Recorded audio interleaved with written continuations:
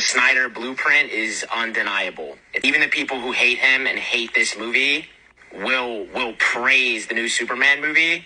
And the new Superman movie is pretty much, frame for frame, narratively, the same fucking movie as Man of Steel and BVS. I'm going to approach this as constructively as I can. This gentleman is making claims that the new James Gunn Superman is a frame-for-frame narrative remake of both Zack Snyder's Man of Steel and Batman v Superman. Also goes on to say that anyone who doesn't like Zack Snyder's movies is immediately going to love James Gunn's movie. My first question is, have you seen this movie already? Do you know for a fact that it's a frame-for-frame narrative remake? And your assumption that anyone who doesn't like Zack Snyder's movies is immediately just going to love this movie? I'm not crazy about Zack Snyder's movies, but I'm certainly not going to develop an opinion on this movie until I've actually seen it. I get it, you love Zack Snyder's movies. Clearly, they mean a lot to you, and there's nothing wrong with that. Like what you like. But I do seem to see a recurring thing with people who love Zack Snyder's movies that present this notion that they feel that Zack Snyder created Superman. To clarify, these two gentlemen created Superman. Anything that is a Superman adaptation is adapted from their work. Superman has certain traits and elements that is not uncommon to be seen across different movies. Man of Steel, in particular, has a lot of narrative similarities to Richard Donner's 1978 adaptation. The origins of Man of Steel is basically Kal-El coming to Earth and being adopted by Ma and Pa Kent. He goes on to be an adult, work at the Daily Planet, become the man known as Superman, and have to save civilization from a very destructive event. And at the end, he has to make a very crucial decision that sees him defy one of his own rules. He unalives Zod to save a civilian. It's pretty much the same exact narrative as Richard Donner's 1978 adaptation. Kal-El is sent to Earth. He's adopted by Ma and Pa Kent. He loses Pa Kent. He becomes an adult and goes to work for the Daily Planet. Even up at the end,